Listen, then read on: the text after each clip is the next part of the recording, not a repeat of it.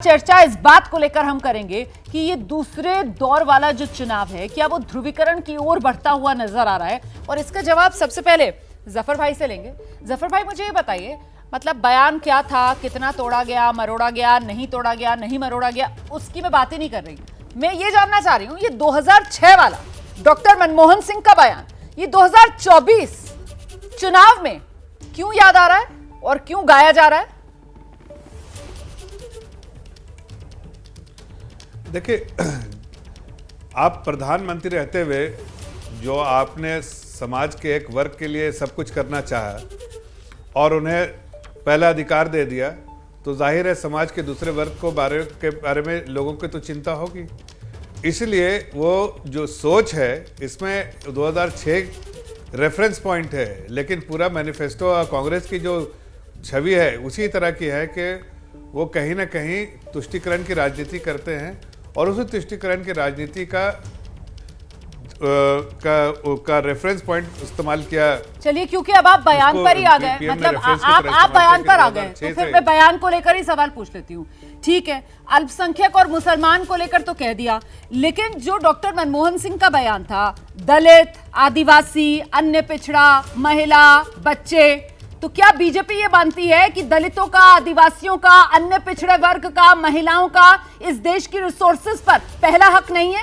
क्योंकि आप लोग सिर्फ अल्पसंख्यक और मुसलमान की बात ही करते हैं। डॉक्टर मनमोहन सिंह के बयान में तो इन सब का नाम एक सांस में उन्होंने लिया था, एक सेंटेंस में उन्होंने लिया था। देखिए, हकीकत यह है कि कांग्रेस की छवि और राजनीति जिस तरह की करती है कांग्रेस, उसके बारे में आपको समझना पड़ेगा। अच्छा। उनके तुष्टीकरण के लिए अगर वो दलित समाज के लिए ना तो हितैषी है, ना तो उन्होंने कभी दलित समाज की चिंता की है। समाज को तोड़ने के लिए दलित का इस्तेमाल किया, समाज को तोड़ने के लिए और भी समाज के वर्गों का इस्तेमाल किया, लेकिन वो सिर्फ अपने सत्ता की लालच में ये सब करते रहते हैं। लेकिन उन्होंने खासतर जो तुष्टीकरण की पॉलिसी अपनाई थी वो मुस्लिम समाज के लिए, हालांकि ये देखिए एक बात, ये हकीकत है कि तुष्टीकरण करके उन्होंने अपने वोट बैंक के लिए इस्तेमाल किया। हम तो बार बार कहते हैं हम वोट बैंक की तरह किसी को इस्तेमाल नहीं करना चाहते। हमारा जो नारा है सबका साथ, सबका विकास, सबके लिए प्रयास। और पिछले आप हमारे 10 साल का रिकॉर्ड उठा के देख लिए कि हमने सब वो जो नारा है सरकार से, जो नारा है उसको पूरे तरह जमीन में उतारा कि नहीं। आज हमारी आबादी जो ये 2006 का डॉक्टर मनमोहन सिंह का बयान है, जिसके बाद मैं चर्चा और आगे बढ़ा सकूं और मैं अच्छे कड़े सवाल पूछ सकूं बाकी पैनलिस्ट से, क्योंकि ये बयान तो डॉक्टर मनमोहन सिंह ने 2006 में दिया था। इसके बाद फिर 2009 में, मतलब एक तो 2006 से लेकर 2009 तक यूपीए 1 के भी कुछ साल सत्ता में रहे ये यूपीए वाले, कांग्रेस वाले, फिर 2009 से लेकर 2014 तक में भी ये सत्ता में रहे।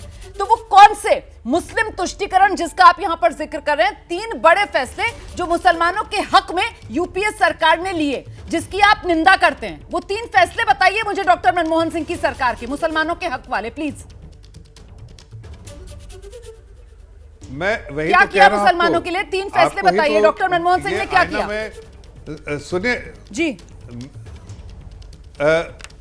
रोमाना जी, मैं इस बात का आपका जो ध्यान मैं इस तरफ लाना चाहता हूं कि मुस्लिम समाज को उन्होंने डरा के रखा, मुस्लिम समाज को गुमराह करके रखा और मुस्लिम समाज को झूठे वायदे करके रखा, लेकिन मुस्लिम समाज के लिए कुछ नहीं किया। इसीलिए सच्चर कमेटी की रिपोर्ट उनके मुंह पे एक आईने की तरह दिखाइए कि क्या किया उन्होंने मुस्लिम समाज के, लेकिन बराबर इस बात का डर दिखाया कि भारतीय जनता पार्टी उनके लिए खिलाफ खड़ी है।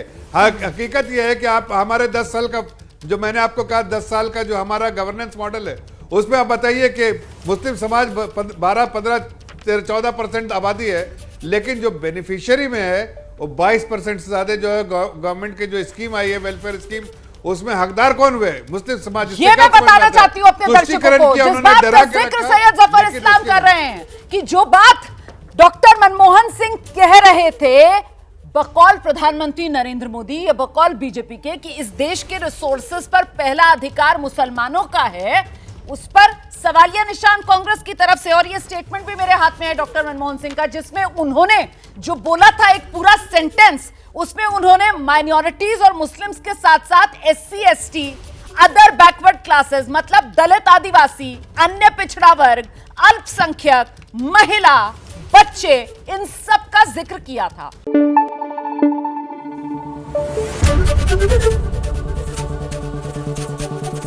Thank you. एबीपी न्यूज आपको रखे आगे।